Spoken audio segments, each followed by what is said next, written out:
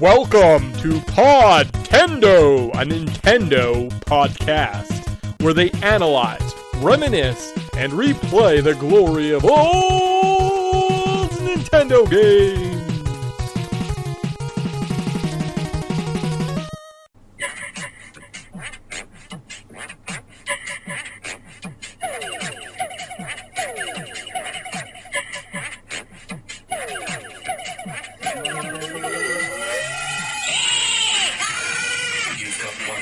Save Mario from the supernatural.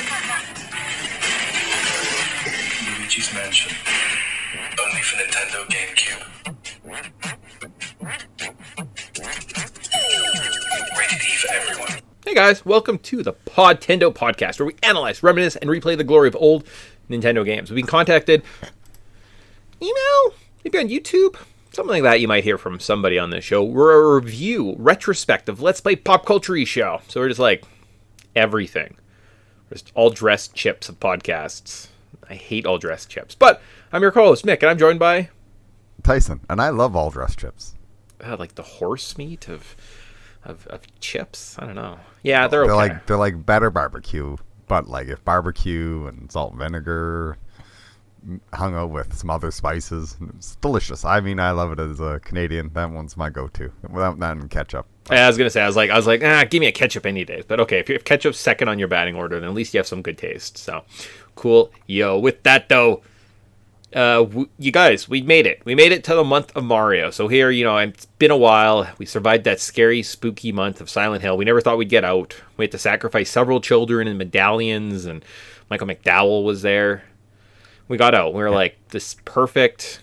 Great, we're never going to be scared ever again. And then holy smokes, me and Tyson collectively we're actually not wearing pants because they got scared out of our pants, just like the wolves and all those old cartoons when they saw ghosts, because we're back at it. We're playing a scary game. Did you want more banter on the top, or are you good just getting into what are we doing? I'm good just getting into it because I think it's an interesting experience. We're saving Mario this time as opposed to playing as Mario in the month of Mario. And if you read the title, you know it's Luigi's Mansion because we got a soft spot for the Green Brother. So yeah, we went a little off the beat as well too, right? So just jumping into the GameCube for the very first time. This was one of the GameCube launch titles. Why would we jump to Sunshine and represent kind of the Marios and then come back to this later? No, guys, we should do this in order. This is kind of our debut, and I think our very first GameCube game we've ever played, 9 years strong into the podcast, and we're just getting to the GameCube now, which seems kind of like getting there towards the end of the retro gaming cycle, GameCube, we kind of sort of counts as retro, but then I don't know, like Wii U starts to push the envelope a little bit. My taste for my likes, especially since like a lot of Wii U games kind of still kind of get re-released on the Switch. Like we're getting them, so it feels like they're not like old or retro. It feels just kind of like now we just have more access to these games because who has a Wii U kicking around? Yeah, it's like I'm sure Mick has like 2 of them, but I only have 1. I've held off on buying more. There was a lot in Japan. It was a very common system, and there were definitely better deals. But what am I going to do with 5 Wii U's in Japan? Nothing. No idea. No idea. I don't know if I can ship them to somebody and be like, here, play Zombie U. I suppose, but anyways, so I didn't pull the trigger, so that's why I only have 1 because I had some self-restraint, and also my suitcase wasn't very big, so. But so I mean, again, we're just starting into the GameCube. We still have a couple N64, Super Nintendos, NES games, guys. Like we have Game Boys, like lots of stuff to go back and cover. But this is kind of that first step into one of our last pools that we're probably going to enter here on Podtendo, right? So interesting. Well, we can kind of talk a bit more about our GameCube experience. I'm sure that'll come up at some point, right? As we kind of just talk about this and go through those. But we are kind of into that. I don't know. Scary 21st century. Yep. I mean, this is when we both had probably jobs and we could afford to buy these consoles for ourselves. Yeah. As opposed to living off making mom and dad buy it for us. Yeah, we didn't have big teeth falling out anymore. That well dried up as kids. You think, I got this great economy in my mouth. Teeth just fall out. Boom, $2 a pop, no problem. Then what? You start pulling your adult teeth out. Guess what? They don't come back. Yep. No. And then you get stuck with mowing lawns. mowing lawns or delivering papers, but we mowed lawns. It's true. Yeah, like the classic kids' jobs. So just grunt physical labor. Sweet. Move this wood pile over there. Oh. Here's $20. Awesome. Great. Cool. So without that, though, a little bit of ramble off the top. We're going to look at Luigi's Mansion today to wrap up our month of Mario this month, where we looked at both Wario and Luigi, kind of the little misfits, because here on Podtendo, we'd love to pretend we're great, but really we're just misfits ourselves. We're looking at Luigi's Mansion. It was developed by Nintendo's EAD. It sold 33.33 million copies. At one point, when I was looking and I quickly went Luigi's Mansion game sold, it said 23 million, but that's like the series in general, the whole thing, not just this one. Yes. So I'm glad I reported the real number, not the fake one. It was released in North America November 18th, 2001. How Long to Beat has this game at 5 hours. On eBay, a copy of this game actually only goes for $70. I looked it up the other day and I was like, that seems reasonable. All right. A lot of GameCube games, they used to be kind of out of price, out of reach. I think the market on used video games is settling. So if you follow along and listen to us and you're current, you have some extra cash, not a terrible time to buff up that GameCube collection. So I'm like, perfect time. Just as I arrive and I start wanting to buy these things and owning these memories and getting these experiences, might be doable. Very, very doable, which is awesome. And on eShop, it is not available because it is not available anywhere on any eShops. Yeah, which is a real shame, but that's such a Nintendo thing to be like, we could have this game here, but we're not going to because reasons.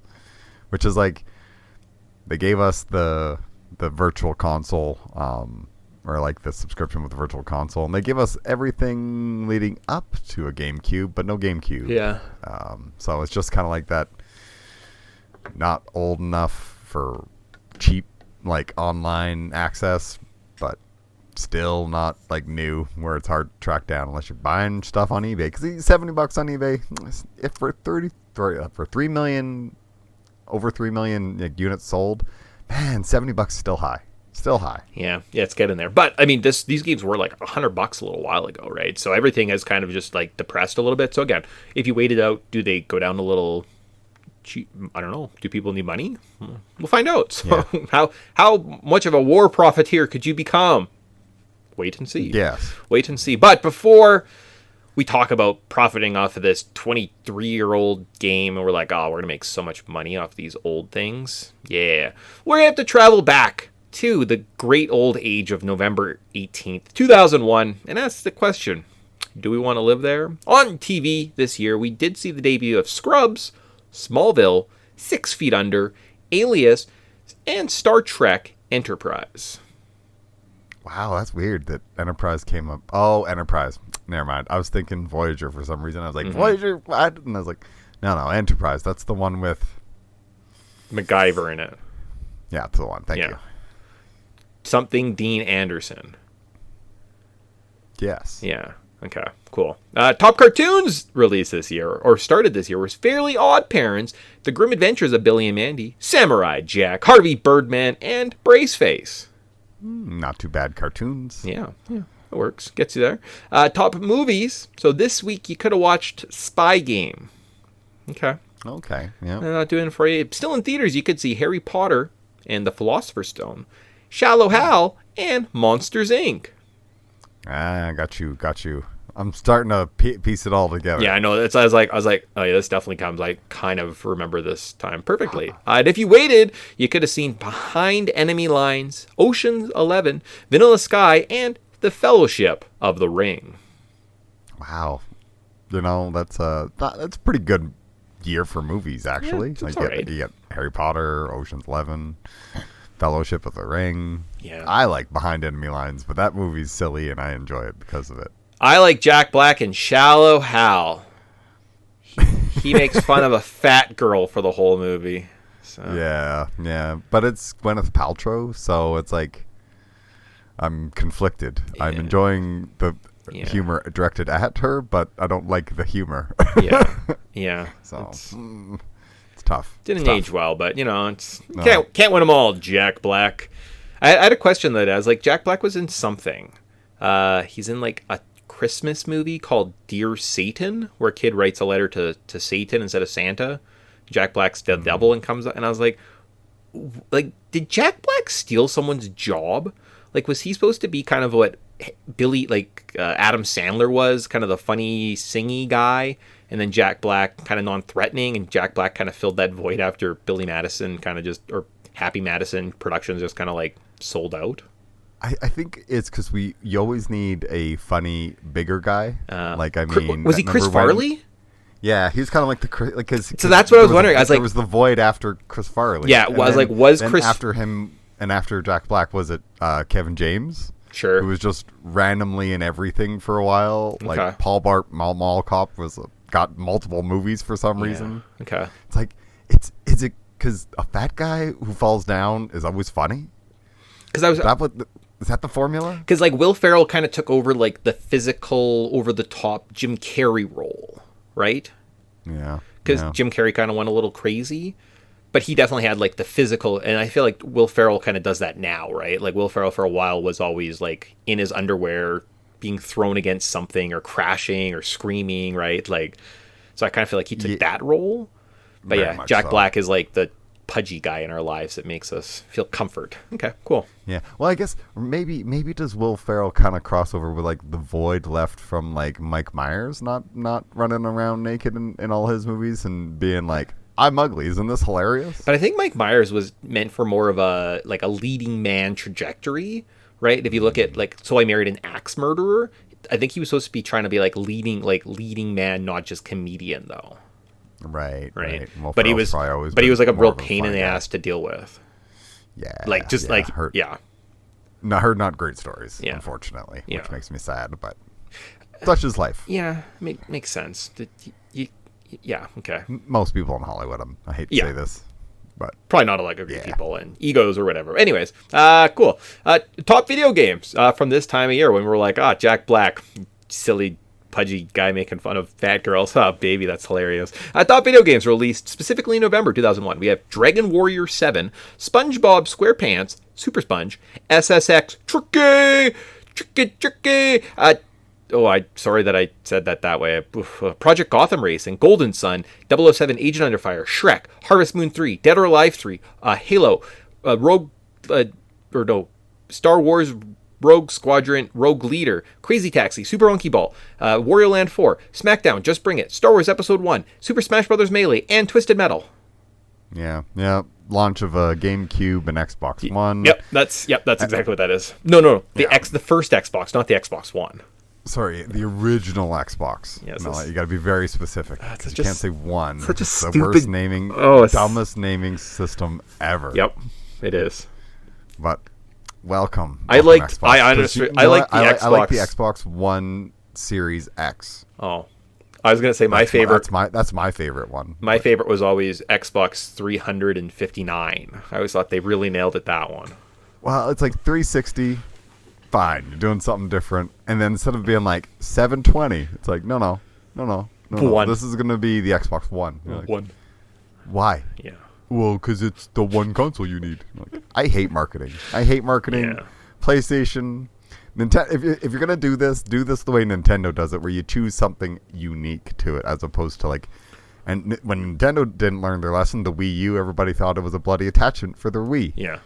And someone who sold Wii U's, I had to explain to everybody, no, it's not an attachment. It's a whole new console. So it doesn't hook up with my Wii? No, it's a whole new console. Yeah. So can I play my Wii games on it? No. You could, actually. It's a whole new console. Well, you could. Well, yeah. Anyways. Yeah.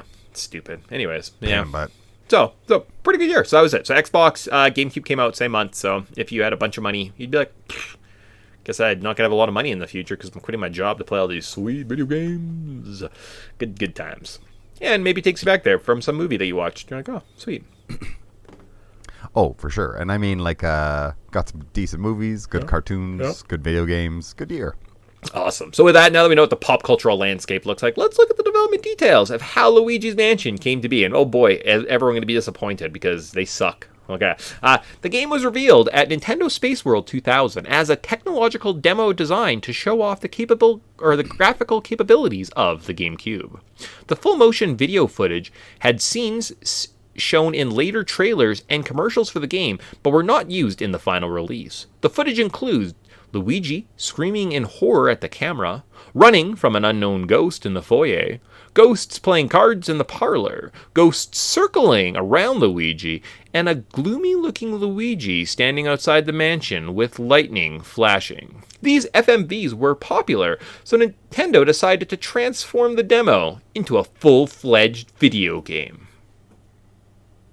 Okay, so you made a little sizzle reel, took off, and they did what they didn't do with Zelda. Yeah, that's exactly what they didn't do. They were like, nah, we need him to look like a little cartoon.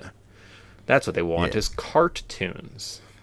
Because people don't want realistic. No.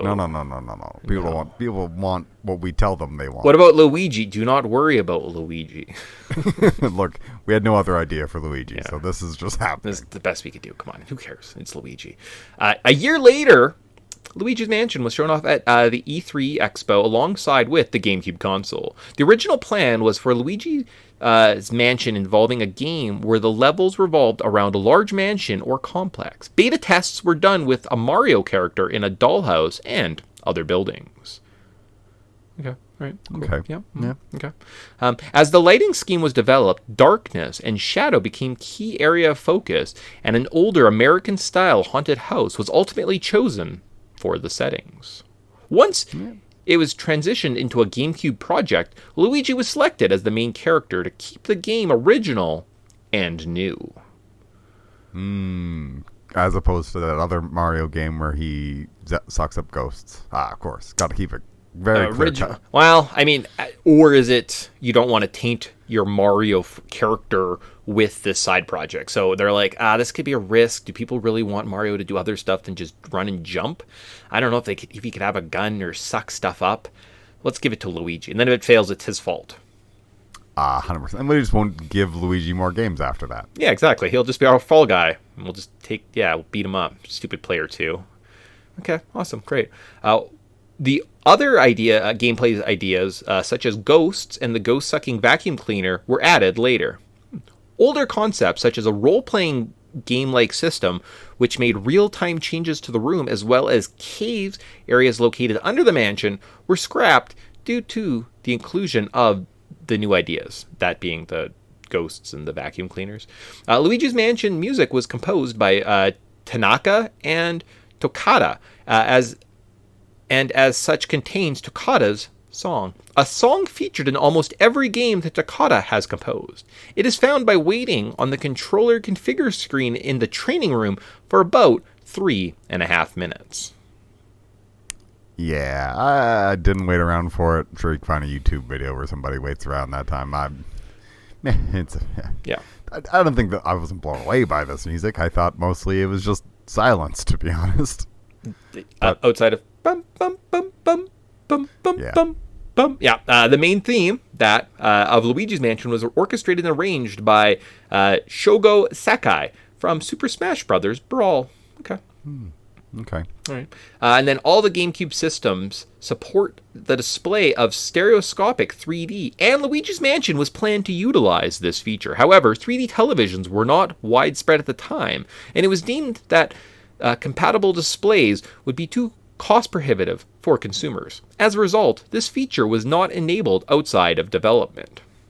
Well, it's almost like they made a 3D console and re-released this game for that. They did, and that's how I played it. Oh. You know what? It's interesting that they made it work, because I bet you aiming probably works a little bit better, because there's one part where it takes a little bit to get used to the aiming. No, there is no aiming on it. You use the D-stick that's under the joypad on the 3DS controller.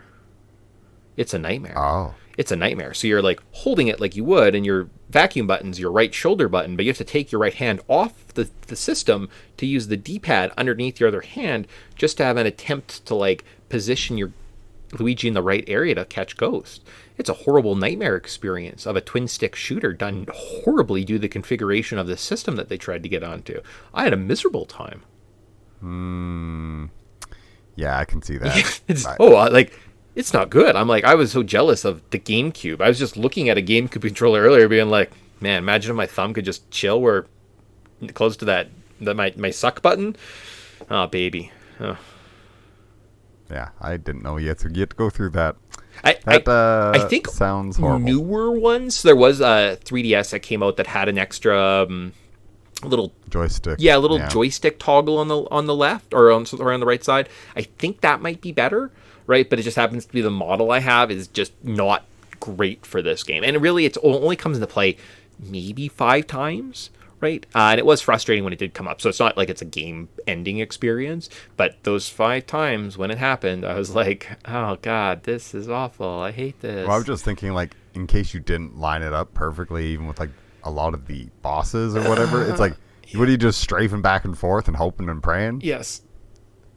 Fun. But my prayers were answered a lot, so that's good. So controls. All right. Speaking of the controls of this game, outside of my concerns with the 3DS, and maybe I'll get into it a little later too, because it's a discussion point, a talking point. Maybe I need to explain myself a little better. Maybe I'm just filling air. Maybe I just like the sound of my own voice. I don't know. Controls.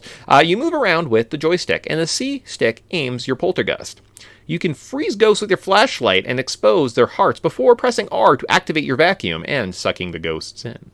The game is broken into 4 stages where you explore the mansion, fight little ghosts, portrait ghosts, and finally a boss, all while solving puzzles in each room.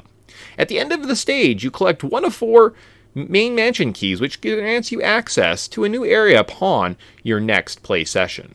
You are tasked at collecting money and gems during your playthrough to attempt at getting a bigger mansion. The portrait ghost's frames also indicate how well you did against that particular fiend and allows for a greater level of replay if you want to go back and say, like, at all the platinum frames. And that is dependent on how much damage you take, time it takes you to defeat them, and number of, like, stuns? Yeah, if you can do it all in one go or not or whatever. Yeah. So, that's it. So that's kind of the fun controls of the game. How'd you find the controls? I mean, I think it's inverted or whatever, but it's fine. I have a workaround for that. So okay. I was fine with it, but it's, I mean, the controls are a little clunky. I just, man, this is a thin experience. Like, you going over this whole control section, you're like, yep, that's literally the entire game. That's all there is to it. I always thought there was going to be, like, more to this game. Yeah. Where there'd be, like, some interesting puzzles and stuff you could solve, or like maybe there's like some different other areas to explore, but it's like walk around a haunted mansion, gather some ghosts, move on. It's like gather some keys. It's like it feels like so thin. Like I cannot believe Nintendo released this game, because it just feels like missing so much content. But yeah. It was a launch title, so it's just like, yeah, it's kind of what you get sometimes in a launch title. It's capable, but my goodness. Oh, the length of this game is, yeah, certainly it's bare bones. The only one thing I guess I did mention is you get 3 medallions throughout the experience. You can select water, fire, and ice, which you might have to like freeze a ghost. Kind of specific. They interact a little bit with a couple environments, but that's essentially the game. Yeah. Sometimes randomly you learn that Luigi can do a massive uppercut and like knock out a ghost with a punching bag, but sometimes you don't realize that for 20 minutes. So that's the game. So yeah, controls, they work unless you're playing on the particular 3DS that I have, and then it's just you're gonna have a bad time. But well, again, only like 5 times. So yeah, that's fair. Yeah, I mean it's kind of rinse repeat, run around, gather some ghosts. Once you kind of cleared out a room, lights turn on. There's some booze you got to find. Yeah. I mean, little collectibles. There's some like golden mice that like randomly spawn, and you suck them up and get a bunch of money. But if you don't really care about money, you can kind of just ignore them and keep moving. So I feel like, yeah, just I don't know. Let's get into our first memories, and we could probably go from there. Yeah, sure, cool. All right, so that is controls. First memories. I had a friend that had this birthday in early December. That means he always had like a big item for his birthday, and right the weeks before Christmas, he'd be like, "Oh, look, guys, I got my Game Boy Pocket with my copy of Pokemon Blue, and I'm just catching Pokemon now." And I'm like, It was very frustrating, but sometimes fun, because then you got to play like Pokemon earlier, or like all this, and I feel like I would often change what I wanted for Christmas right before this, so I do feel sad for my mom, who probably like, Mom, I know what you got me, but I now need a PlayStation and Final Fantasy VII. I need Pokemon. These are things that I require in my life. So, that was fun. This year, specifically, he got a GameCube with Super Smash Brothers and Luigi's Mansion. He came for a sleepover. Something to do with sports, I'm guessing. I don't know. And I do know that we sat and played it. He let me play Luigi's Mansion for a little bit. I thought the controls were odd. I wasn't really used to kind of the twin stick shooter, right? Walk around with one joystick while you're controlling yourself with the other. And I think we ended up just putting it down and jumping into Smash because it was multiplayer at the time, right? So we didn't give this one too much consideration or time. And then it wasn't until the release of the second game on the 3DS that I played this, and I played through that game for maybe a couple hours, and I was like, I don't really understand what is the Luigi's Mansion? What's the purpose of Luigi's Mansion? I don't get it. Finally found this at like what's that one? London Drugs or something like that one year. And I was like, bought it, played it, and I was like, oh, cool. I understand why Luigi's Mansion is what it is. But this was a recent, maybe within the last like 4 years type thing, right? So I didn't discover this for 19 years. That's my first memories. Pretty much maybe the second time I ever played through the game. Maybe third. So what are your first memories of this game? I remember seeing like an advertisement or something. Remember it being out. Remember it was a launch title for the GameCube. I think I might have played it once, maybe at a friend's or something, but I just never had any interest in this game. Because I was always like, so he just runs around and sucks up ghosts. There's got to be more to this game. Like, it's got to be like, there's got to be like things to do in this game. And yeah, so I was like, but I'll get around to it. Not really, it doesn't really pique my interest, and it seems kind of thin. And then this first time playing it, and it's like, oh, yep. Kind of is what I thought it was going to be. It's like, this is a super thin experience. So, and it's not like there's even some really neat or unique areas that you're like, oh, this is neat or cool. It's like, yep, another room in a haunted mansion. Hey, that's a chair, and there's a blanket over a table over here, and a chandelier, and then some dresser drawers. It's like rinse repeat for only 3 hours. Basically, because this game is crazy thin. I would just be like so bummed if I was a kid and I got this and you're like, this is the only part of this game? Like, damn. So in recording with this, where Tyson's dealing with some stuff, I just don't play video games sometimes. I don't know what's going on. Anyway, so I need more motivation. So I was like, no, you have to beat this game. Let's play it. We get Wario done. We play this. I got through the first 2 areas, and like while I was watching a movie, I was like, that's half the game. Maybe the second half's longer. Other than being lost for 45 minutes at one point and walking back and forth across the mansion unnecessarily 5 times. Yeah, didn't take that long. It was pretty fast. So when I mentioned to Tyson, I was like, yo, maybe this weekend you should start playing this game because we could probably record by the end of it. And he's like, I know it'll be a while. And I was like, no, it won't. Like, you're going to get into it and play it twice or play it once. And you're like, that was half the game? Well, shit, I might as well just beat it. And then you sit down and beat it. And that's the experience. So it's kind of one of those things. It is short, sweet, to the point, right? It's nice in that aspect just from the way we're approaching it. But yeah, if you're a kid, oh man, I am not happy that I wrapped my brand new game the weekend I got my new GameCube. Yeah. To me, it's just like, this game is, I don't understand how this game got a sequel. And another sequel. Yeah. Like, I was like, really? We needed 3 of these? Okay, whatever.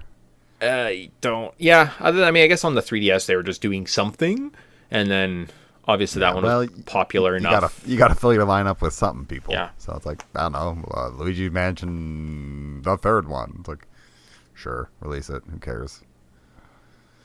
Yeah. I was like, really? Goddamn, Nintendo. Like, this is probably the thinnest experience. But it's like, oh, it's a Luigi game. That's why. Because every time that it's a Luigi game, it's always like paper thin. Yeah. Like we were talking about how was like Mario's Missing, which is essentially just like a really boring educational game. And here's history. Oh no. Yeah. Oh no. Yeah. But Tyson did steal a couple of my talking points because we were going to review this game because it is so short. So we're going to do story level notes to review, and it's going to be fast. Be another fast, which is fine. fast shows are great. We don't need to talk for 2 hours on a game that's like, it took me 3 hours to play, and I talked for 3 hours. No, that's not this kind of game. Story. So Luigi receives a mansion in a contest he didn't enter. One dark and stormy night, he goes to the mansion to discover that Mario has also been captured by King Boo, and he will not need to be courageous to save his brother. On to the level notes. The menu here, you can hear the theme song, and there's lightning, and you see the mansion. You can press start. Pick which file you want. Yep, that's the start of a video game. Yeah. Well, sometimes I think in Banjo, remember there was like different ones, and he's like playing a Game Boy, and he's like sleeping. And this one is just pick a file. That gives you a real false sense of like, I think we're in for a treat here. Every menu is going to be wonderful, and this game's going to be what? I have to get every gold in every level? Oh, God. Oh, what have I done? So, you start this game by entering Area 0. So you enter the haunted mansion, explore the dark foyer before being rescued by a strange professor and his vacuum. You retreat back to his lab, learn that the mansion is full of ghosts, and you'll have to play a tutorial on how to use the Poltergust 4000 before returning to the mansion. Pretty, good, clean, Yeah, it's interesting. See a little bit of the ghost action, and you're kind of not capable of doing anything until you get the Poltergust 4000, but that's the most important thing in this game is that vacuum. Sure. That is the beginning. So one of the benefits of playing through Luigi's Mansion before is I had something called Hidden Mansion mode. So in Hidden Mansion mode, you get no health pickups. You get enemies that damage you twice as much, but your Poltergeist is twice as powerful. So it's kind of a risk reward. I was like, great, I'm going to play the hard, fun version of this game. You actually start in Area 1, so you kind of miss a bit of the backstory. Plus, it's much more difficult. Plus, I'm playing with a altered control style, which makes the game a bit more difficult. So, I ended up just playing through a whole new file, getting that for Area 1 experience. But if you're ever playing Hidden Mansion, essentially you miss nothing. It just kind of picks you up here, and there's not much story. So you really miss nothing. So in Area 1, though, where Hidden Mansion starts, and where we're going to start now. So back in the mansion, you can now explore the foyer, the parlor, the anteroom, or the anteroom for a battle royale with some ghosts, clean up some wardrobes before capturing Sleepy Neville, Lydia in the master bedroom, Chauncey in the nursery before fighting with the baby in the crib. Yeah, and I thought like, oh, hey, this is why this game's going to be so cool. Is we're going to like learn about like there's like this backstory of like this tragic family of these ghosts, because they're all like, clearly there's a mom, there's a dad, there's like a baby. It's like there's got to be like some this heavy lore theories that we could kind of drive out of this thing. This is where the interest is. It's in the ghosts, and as soon as you beat them, you never think about them ever again. Yeah, no, I agree. It was especially the first guy, Neville. There, you kind of have to weirdly like turn and catch him out of the corner of his eye as he. Oh no. Turn away from him, he gets sleepy as he yawns, his heart's exposed, hit him with his light, suck him in. Expecting more, them to be challenged, struggled, a narrative. This is what happened in this house. Spooky. No, just ghosts. Okay, cool. Yeah, and like, there's a couple of like Lydia, the mom, is like, you literally just open a curtain. Yeah. And that exposes her, and then it's like, then you can do the whole like, China light and suck her in. It's like,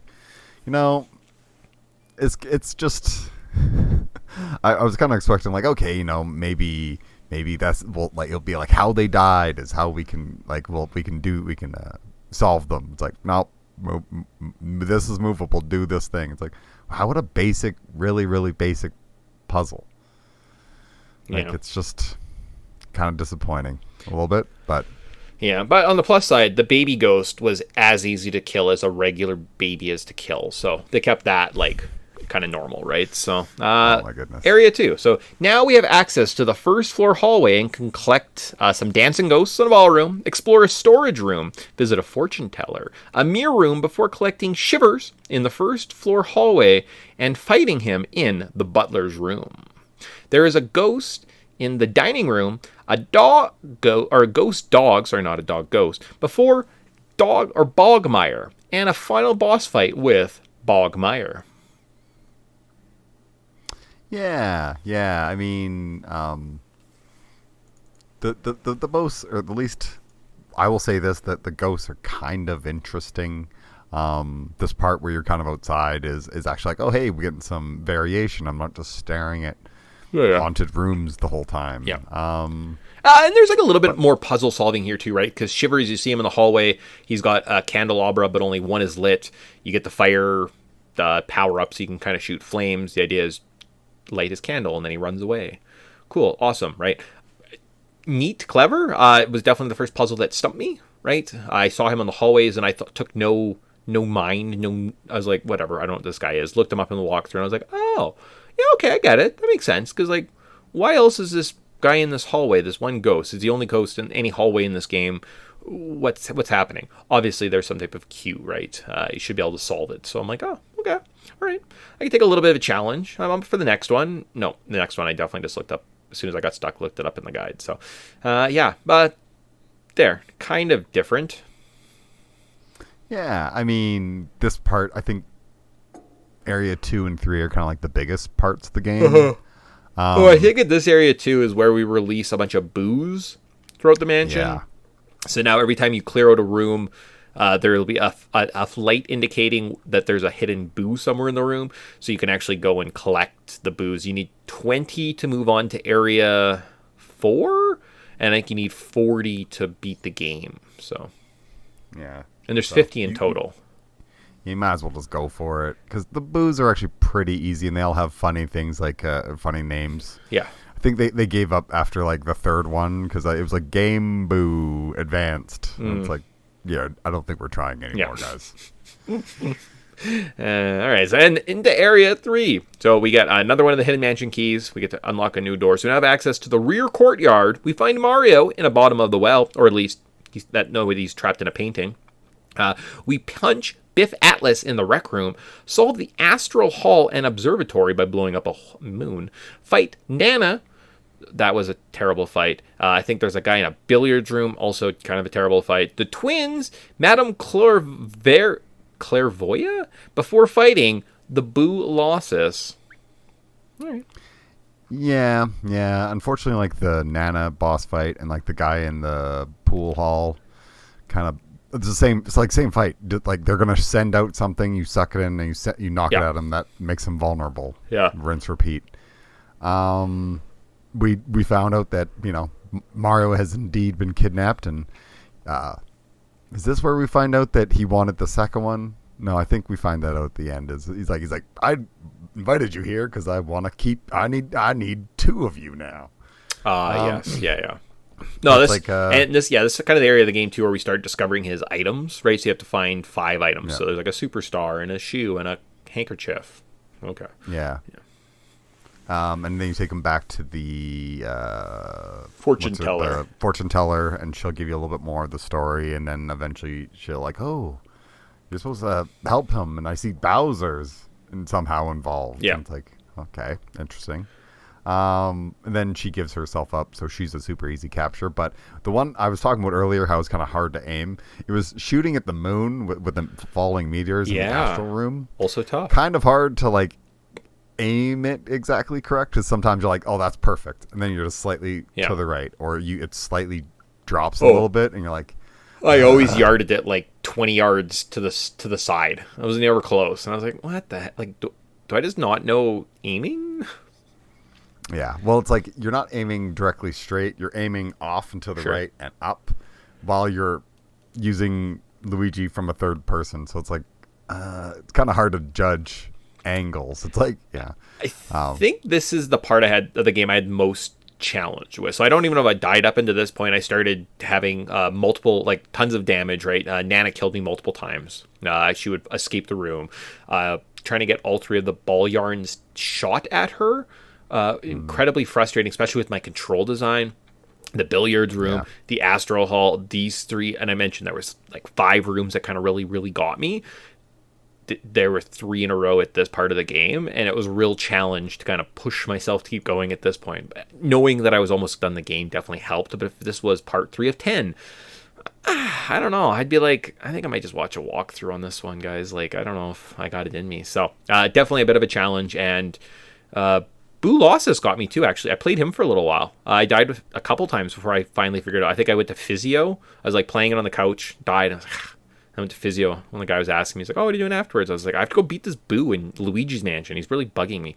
I didn't realize that once you suck him in, you have to like pull him to the unicorn horn and then suck up the Boos that freeze. But those were also hard to find. Those last 4, to find like the last 4 Boos of the 15 that make up Boo Losses, they were tough. Because as soon as you look at them, they run away to like the edge of the screen and they're out on the balcony, and now I can't, like, they're flying over the railing and I can't shoot them. And I'm like, well, this isn't a fair game. What am I, like, I can't get you, right? Yeah, well, and it's like, and you have to like lure them in by turning your back to them, so they'll eventually start creeping in. But Luigi steers like a drunken sailor. Oh, man. So it's kind of hard to be like, flip around quick, flash them and get them. It's like, so it was, this one, I just say take your time with it. This is the most frustrating boss battle in the game, I think. I definitely had the worst experience with this one. Okay, cool. But what Tyson doesn't understand is actually the controls. They're called tank controls for a reason, because they're supposed to add to the sense of survival horror that you feel in these games. And it's quite psychological, and it represents the loss that our characters felt. And you can really see that when he talks to Lisa in the basement of the hospital. Of course. Yeah. Well, you know what? I'm glad that guy posted that. Yeah. Thanks. That's a good comment. That's great. I think they just were trying to figure out the new controller for sure. That's definitely why, like, the controls are janky. Why? Well, I mean, they had a year with this brand new controller, which may be the best controller ever, guys. Like the Wavebird, the GameCube controller just feels so good. The buttons, they're in funny shapes, but they make sense, and like the games work really well. So it gets so much better. It's just, this first one, it's a little bit of an awkward experience. Like my first jarring reaction as a child, be like, ugh, I don't know how to work this. This is awful. Ugh. Hard, confusing to get into. But that only means we only have one more area of the mansion to discuss. And that's Area 4.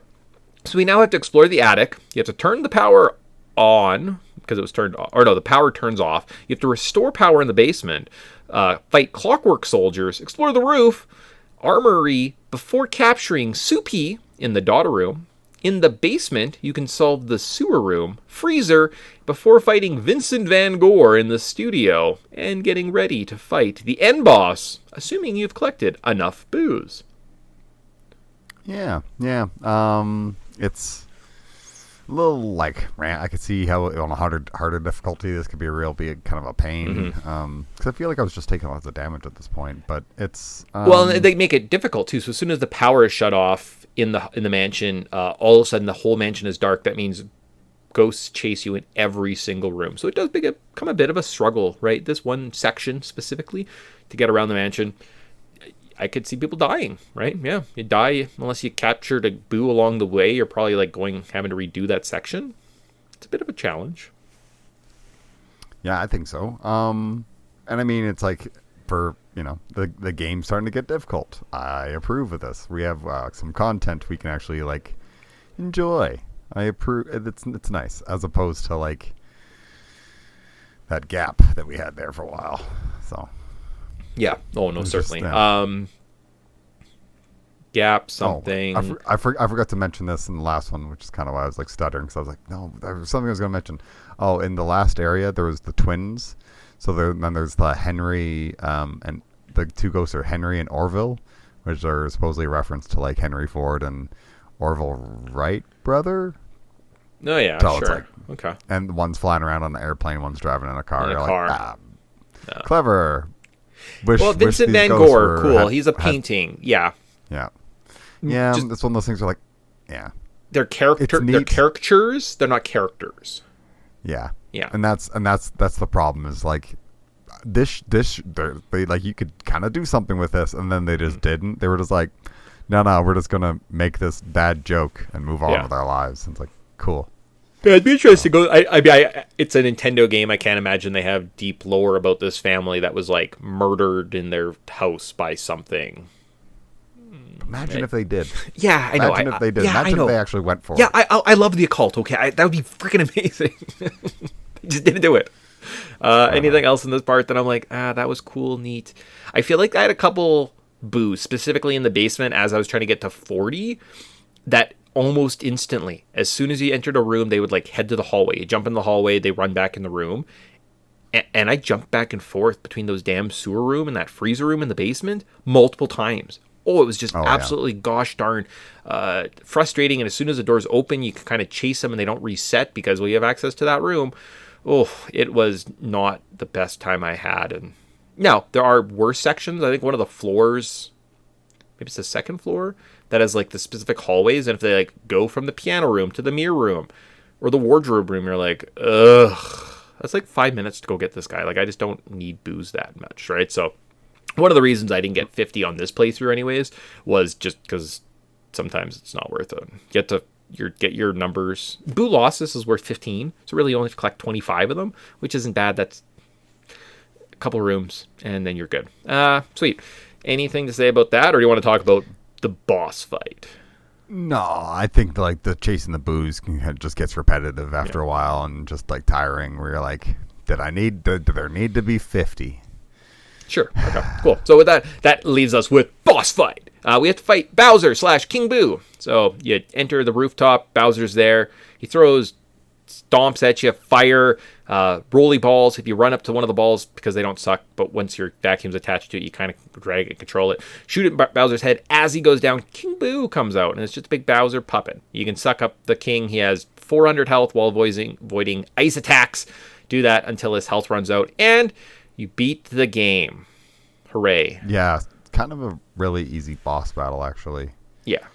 Like it took me a couple attempts because I kept dying. Bowser, like, I wouldn't do any damage. Like, I wouldn't even get his head off, and I'd be dead. I was like, what the fuck? Oh, yeah. But because I was struggling to move and run up to the balls because I was trying to get them to drag to me, and then I would, like, lose that timing, right? So, essentially run up to the ball, get in your vacuum, and if shoot. You have to like kind of be accurate when you're shooting and stuff. So, and if you were if you're having a hard time aiming it, that's why I can't imagine finishing this game with that kind of control scheme. Yeah, that's fair. Cool. And that's it. So the endings. Now that you've collected, you can collect the Mario painting and return to the lab to rescue your brother. And then we watch the mansion disappear and reappear based on how much cash you collected. That's right. This whole time we were trying to get money because we wanted better ranks. Just like Wario, we wanted a cool house on the moon. So you can get an S to an H tier in descending order. So S, A, B, C, D, E, and so on, all the way down to H. Tyson, what tier did you get? I want to say like a B tier because I just ran past a bunch of the gold mice and I was like, I really don't care right now. That's fair. Awesome. I got G. I was going for a minimalist run. I was like, man, you know what makes a game like this way easier? Just don't collect money. That's true. Yeah. Don't sit there and try to suck up every chandelier and painstakingly wait for those stupid bills to be sucked in. Yep. Just don't do it. Yeah. A lot of wasting time doing that one. No one cares. Oh, okay, cool. Sick. Awesome. So I was like, wonder if I can get the lowest. Apparently there was one below me, so which makes sense because there was definitely a couple like diamonds I got towards the end of the game, and I'm like, well, I can't leave a diamond. They are forever, so it's just staring at me in the face. Can't not do that. But that was short and sweet, guys. We could just jump out of here and be done really shortly. But let's go back a little bit and let's give it a quick review. Give it a quick side quest cinema review here, and then we'll get out of here. So what is your favorite part of Luigi's Mansion? I like the environment. Like, I like the idea of running around a haunted mansion in the Mario world. Like, the Boo mansions are always super cool in the main game. So what could go wrong with a Boo mansion in a Luigi game? Yeah, no, I mean, that makes sense. For myself, I also started that. I was going to say the exploration, the gameplay. Wait, I didn't really like the gameplay that much. The exploration was, it's okay. Good theme. It's Luigi. This game gives us his personality. Up until this point, he was just player 2. He was the little brother. He was just green Mario. He had no discernible reason to exist, right? And if you made a Super Mario RPG, why would you put Luigi in it? He's just a blank guy that sometimes does a flutter kick. There's no personality. They actually gave him this scaredy cat lovable underdog gameplay, which made him actually a bit more of a popular character. Gave us the Year of Luigi a couple years ago, right, where he had his kind of his own specific games launched. It helped him kind of jump up into the stratosphere. We saw, I think, I don't think it's the gameplay. I think literally it was just the fact they gave some credibility to this character. That's why we have a Luigi 2, right? It's a recognizable IP character from Nintendo. Throw him in Luigi's Mansion 3. There's going to be a Luigi Mansion 4 at some point, right? He's got his own little series. He's rolling. He's scared in all the other RPGs and stuff too because of this game, right? So this kind of gave us just that nice backstory solidness of a character and built kind of someone we love and we knew but we never really met before. So this is the first time we met Luigi. So congratulations from going from just a little brother to an actual character yourself. Yeah, I mean that's I definitely kind of forgot that he this was the game that gave him the scaredy cat motif. Yeah, there was a hint of it in Paper Mario because that was released the year before.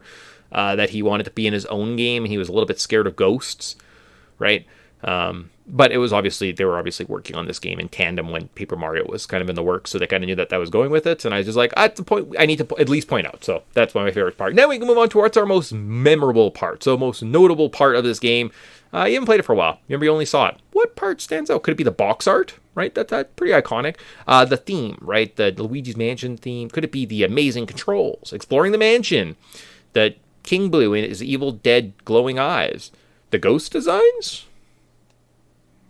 For me, it's the whole thing of Luigi sucking up ghosts with a vacuum. Okay. That's the most memorable part because it's I didn't really know too much of that before then, and now after playing it, that's kind of all I did. Felt like I literally vacuumed the entire mansion. Yeah. From top to bottom. It was a vacuum simulator. Oh, sick. Sweet. For myself, I'd either go with just the box art, right? Box art or kind of that motif, like the opening kind of motif, the theme of the start of the game, right? I think that's pretty iconic. Stands alongside everything else. Or Professor Egad? I don't know. I got to make coffee in one of the RPGs because of him, so that's pretty cool. Oh, yeah. Yeah. I mean, I guess he's a character. I guess he's oh, yeah. I'm the crazy professor. All right, cool. Yeah, sick. Okay. So. What about your least favorite part of this game?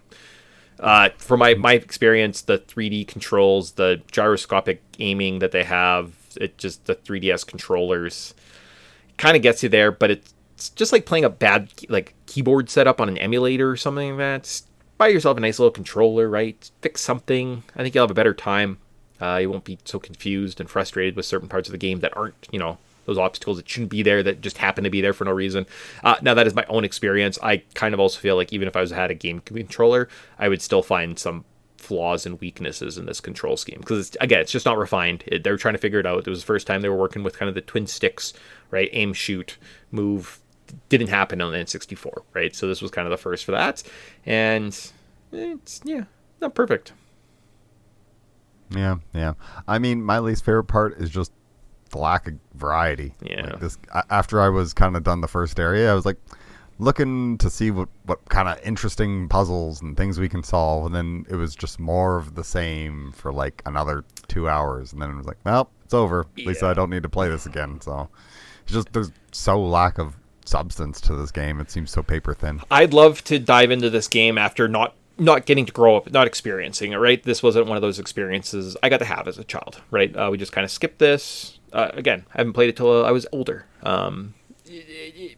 Being so, I don't come out with the nostalgia, and I agree with Tyson. It is a very, very short experience. There's good things about it. I can get that, and I understand why people like it, and it's a fun game, but it is just way, way too fast. It feels very arcadey. Go like this, get a score, save. Awesome. Maybe it's meant to replay a few times, right? Get scores, collect gold. That's definitely why they add those mechanics, but that's not why they built the game. They didn't build the game ultimately for you to get a better mansion. That's just an add-on to be I guess you have to play it multiple times in the first weekend because it's so short, right? I could see kids getting a hang of it, wrapping it, having a fun experience, but launch title, you only have this game, you go home, you're done all your games on the GameCube in your first weekend. Don't think it's great. How long to beat has this game at 5 hours. I think I beat it in 3 hours and I was lost in the mansion for over 45 minutes. Luigi's Mansion 2 is about 14 hours in length. Luigi Mansion 3 is about 13 hours in length. So that the sequels do have a bit more substance, a bit more kind of gameplay. I think you actually go into caves in different areas, right? So you get that little bit of variety. Cool. They learned from this game. This game, however, is just a very, very short experience. I would recommend trying it, but this is definitely not it. Don't go and buy it, right? Maybe don't even spend the $70 to get it on the eBay. This is definitely one of those, like, try it on an emulator, and then you're probably good. Yeah, I just like, this game is so ridiculously thin that it would, if this game got released in modern day, people would be like, so that's a fun demo. Like, there's like literally demos that have more content than this game, it feels like. So I don't know. It's just like, I haven't played the Luigi's Mansion 2 and 3, so I'm hoping that there's more things to it. But if it's just more of the same with different environments, it's like, I'm a hard pass on this, because I do not need to vacuum the game with ghosts. Yeah, no, that's fair. Okay, it's cool. So not a series we're running away from. It sucks. It's terrible. I think at this point we kind of understand why things are made. Final praise. Like I said, honestly, it looks very good. I know it's even on the 3DS and the GameCube. This game looks absolutely beautiful, brilliant. It looks better than some games that were on like the PlayStation 3 because they knew what they were doing. They did their little cartoon world. Solid controls. Not really on the GameCube. Actually, that's kind of inconclusive. Maybe someone comes on and says, no, it handles perfectly. You just screwed up by not using the GameCube controller. I believe that. I love the GameCube controller. Maybe I should look at getting something from my computer or something like that. But, it's a good series and fun puzzles and ghost challenges. It's a pretty solid gaming experience. It's just, I wouldn't spend money on it. That's fair. Yeah. That's fair. I mean, I love this game on the technical aspect, because it's like, yes, agreed. The lighting, the graphics, the physics of just sucking up even the fluttering bills as they go around. It's like, there's some interesting, like, I can see where they spend a lot of their time is on like that kind of stuff, because that's hard to build up for the very first time. And to me, it's like, they did a great job. Like, games around this time did not have this kind of like third person. Like, this is a very common stylish game at the time, or at like modern, like currently, but like back in the day, games like this didn't kind of exist. So it was interesting to see. I loved how they kind of like applied different, like how they clearly were spending their time working on the physics and making it tight. Like, the game is tight. It's just kind of thin and lacking content. So yeah, awesome. Yeah, from Tyson's praise, I will say I agree. Into my current thoughts, though, that's part of the notes we're at. I think this would be a great, awesome, scary game for children, right? My nephew is a little bit of a scary guy. He would probably play this game, right? He'd probably like it. He might be like, oh, I'm scared of the ghosts. I don't go in that room because there's scary ghosts. It's cool, awesome. It's good for his experience. For anyone above that, that gets in that range where I would say it's definitely not worth it. Maybe don't buy it unless you are a collector and you just want it on a shelf, right? But it's a good first attempt. Maybe we'll see how the series goes. I don't think we're done with it, as we're echoing. Yeah, I just kind of want to say, like Tyson said, looks good, plays bad. And they're just very repetitive, unfortunately. My current thoughts, I mean, for a launch title, it kind of is what it is. I would be bummed out if I got this as a kid, but as a quick experience you can wrap in a day if you literally just sit down and play it. It's like, it's fine. I mean, I've played kind of, I don't mind a shorter experience every now and then. If I was going to pay full price for it, I'd be so bummed. If this thing was like $12 or $25 or $30, like, sure, grab it, because I mean, who cares? But like, $70 seems steep for a game that doesn't even last 7 hours. So yeah, not great. What would you change? I think maybe I'd give it a go on a GameCube controller, right? I'd be willing to do that. Someone says, hey, get this game, I will spend the $70. I'll bring it in, throw it on my GameCube, grab the controller, play it. Be like, oh, it does handle better. Okay, cool. So what would I change? I would change how I played this game. Yeah, that's fair. I mean, I would change I would try to add content. Like, it's but then is that just I'm the interested to sequels, see what right? I'm interested to see what the sequels would have to like flush this out, because I honestly can't think of like what's another gameplay loop that you could incorporate in this. Sure. I mean, the collecting the gold, sucking up ghosts, that's basically all you do, and it's like, there needs to be a third thing. Yeah. Like, yeah, it'd be interesting to go to this, play the second game, because I think there's a bit more environmental, and just like give that a quick breeze. Oh, okay, sweet. Oh. I remember it seemed very episodic, and I didn't like that. I wanted like an open world house to explore.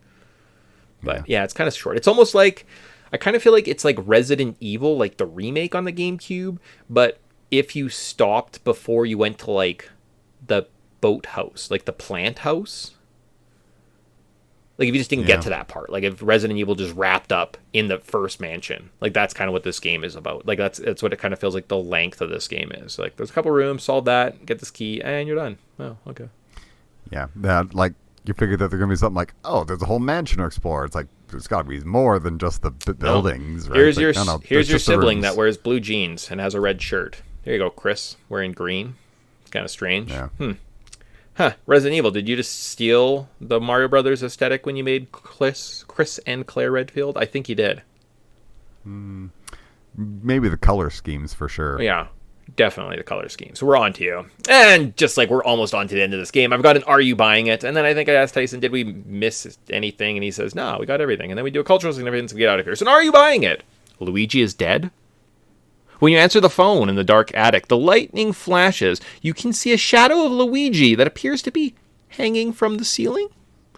This led fans to believe that you actually died, and Luigi is battling through some type of weird purgatory. It actually does exist. I mean, what happened was because of the way the lighting and the shadow mechanics, it actually kind of shoots your shadow not into the ground, but actually up into the rafters. It does look like legitimate, like he's dead. The fact that fans picked this up and came up with this creepy theory, it could be there. It made this game more interesting than what we got. Yeah, between that and like no backstory, you could have given a creepy backstory to every dead ghost, something you had to uncover, some way of killing them that was like part of their mystery through notes. Yeah, or you sending them to the afterlife or whatever. And you're like also maybe dead. Grandma never finished the baby's sweater or something. Yeah, exactly. So interesting thought. I mean, definitely not what Nintendo meant, but awesome that someone noticed it and it became a cool early internet fan theory of this game. Awesome. Cool stuff. So with that, did we miss anything on this game? I always just kind of say, nah, it's kind of good. I think we got everything. Yeah. I mean, I'm less making up my own lore for every ghost, but Nintendo didn't do that, so I'm not going to do that. Perfect. That makes sense. Okay, and with that, that's cool. So that kind of wraps up. We'll have a cultural significance here, and then we're out of here. So in this section, we look at game design, the lore inspirations, turning points, interesting stories, talk about this game relates, give other examples, tie it all back together in the end. This title came to us in the initial GameCube launch and still lands as one of the best games on the system. For this, and this does happen from time to time, so let's look at some early system launch titles and see if we can't find best games that come in that first initial launch. Though, think about it afterwards, I'm like, I could have done a deeper dive into like, this game kind of technically gave us Luigi's personality trait. Is there other examples I can find in gaming that like, this character is this way? We could save that for a sequel. If we do Luigi's Mansion 2. Yeah, I just also ran out of time, guys. Like, Tyson was like, hey, it's midnight and I'm done this game. And I'm like, I'm at a party. And then I had this done by like 8 o'clock this morning. So thanks to my insomnia from drinking, I got it done. So nice. Yeah. Well done. So maybe I've had more time to like pontificate and, walk around and think I could have done that. I don't even know if there's other examples, to be perfectly honest with you. Like, we're like, oh, Metroid Pride, other M. Samus is kind of a simp.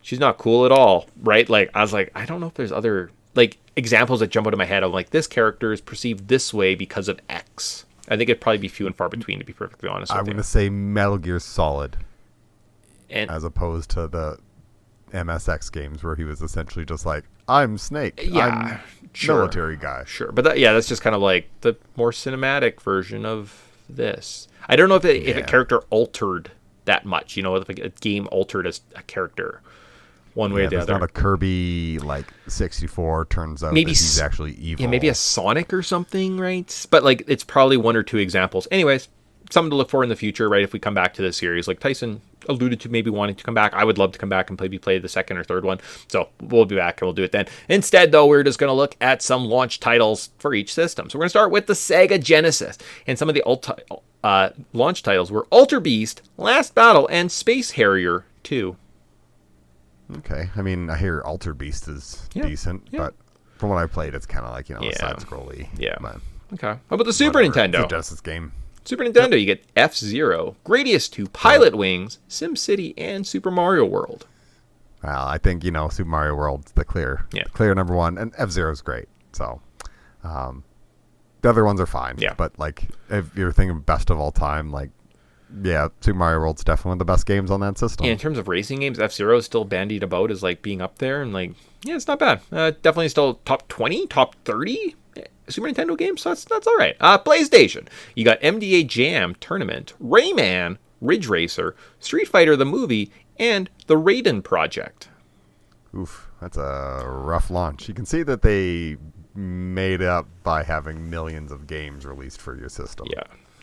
So. Yo, and like there was way more on the PlayStation, and PlayStation has always had that tinge. Like, remember when you look at the back of the box of the PlayStation, and it would just be all these gross looking games that were like, that's a fighting game, and this is a fighting game, and this is a racing game, and that's all they had.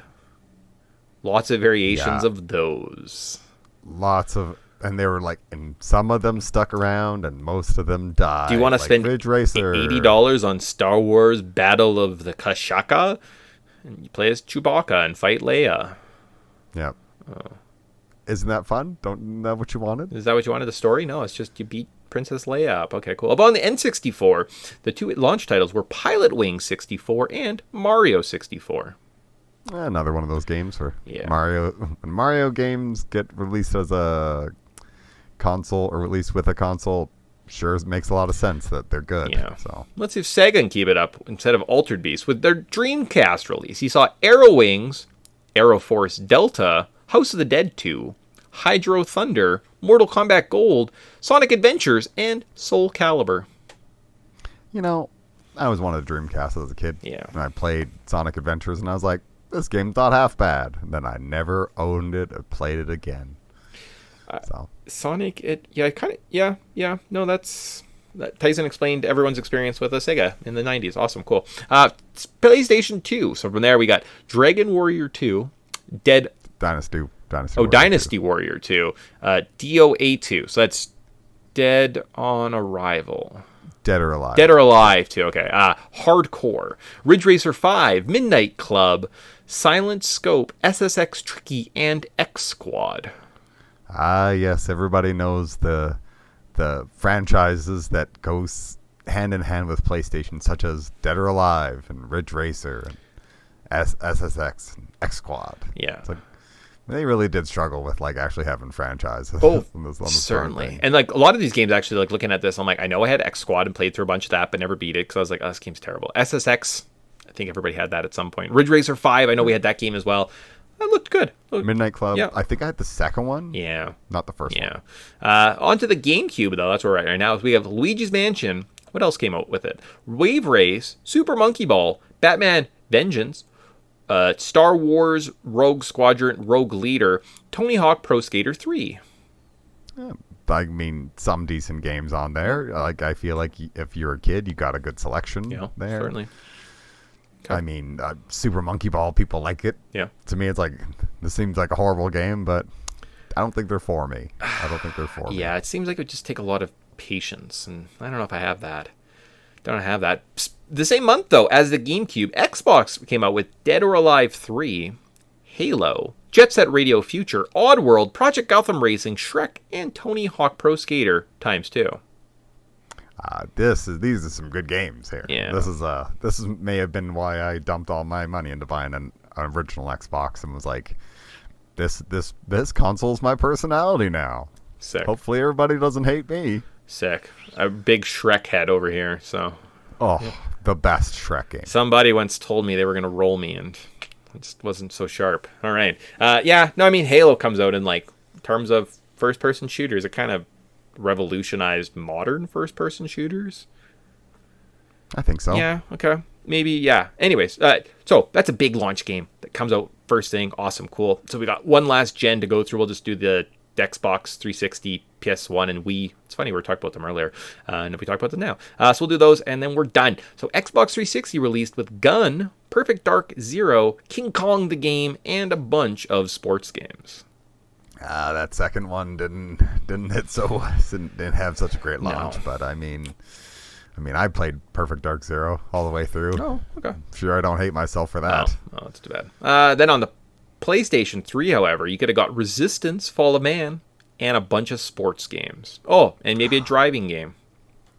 I love me the Resistance series. I just wish that PlayStation didn't hate it. Yeah, that's fair. And then finally, there was a bunch of sports games, maybe a racing game, and Wii Sports. Yeah, I think that's one of those. This is the one sports game where you can actually say, like, no, that's one of the better games on the Wii. Like, everybody played Wii Sports. Had bowling, had baseball, had boxing. No, like, yeah. That was the thing that I think a lot of people just kind of never bought another game. Yep. Like, maybe Grandma and Grandpa, like, never bought another game, maybe a Wii Fit at some point, but that was it. That was all we got. Oh, no, it was perfect. It was revolutionary, and, like, going back to, I mean, we have technology now, like the cameras that just look at you like a Kinect, right? That's kind of like the next predecessor. But when the Wii first came out, it was absolutely a big deal to be able to kind of swing a controller and like see that racket and just the great little sounds and how cute everyone was and how there was some level of skill, but it was kind of a little bit of dumb luck at the same time, and you could just swing away. It was good, fun experience, and we might get to it at some point. I don't know. Where are we at on this show? I think we have enough time to get into the Wii in our lives in this podcast. Well, you know what? There's a lot of games. Yeah. The years are long, though, so we might need to fill it up with something eventually. Yeah, that's fair. Okay, we might get stuck going there. I guess technically the next Zelda game goes on the Wii, so we're close. Yeah, we're almost there. As crazy as that seems, the Zelda games, but that's just because if it's a Zelda game, we wanted to play it, and we played it. Exactly. So you're probably going to get some more spin-off games of Zelda in the future because we're not done with that franchise ever. No, but with that kind of just gives you an idea of what. I don't know. I don't know what this relates. That's Luigi's Mansion, everyone. Launch title games. Yeah. Launch title games. I guess. And were they any good? Luigi's Mansion, in hindsight, pretty good for a GameCube game. Yeah, it's not bad. Just thin. Yeah, sweet. So. Cool. So with that wraps up our introduction of the GameCube games onto the Podtendo podcast. So that's pretty awesome. I think it's if we've been doing this for 9 years, we're probably on like our 9th month of Mario. Yeah, and hopefully you've listened to every year. And if you haven't, I don't blame you. We put a lot of content. I don't blame you either. But I think I am dying. I've got a dry, cracky throat, so I think I'm going to say goodbye, go drink some water, and I'll see you guys next month for something. Oh, God. Yes, we'll see you guys next month, and we'll play some games. But see ya. Bye. Next time. Bye.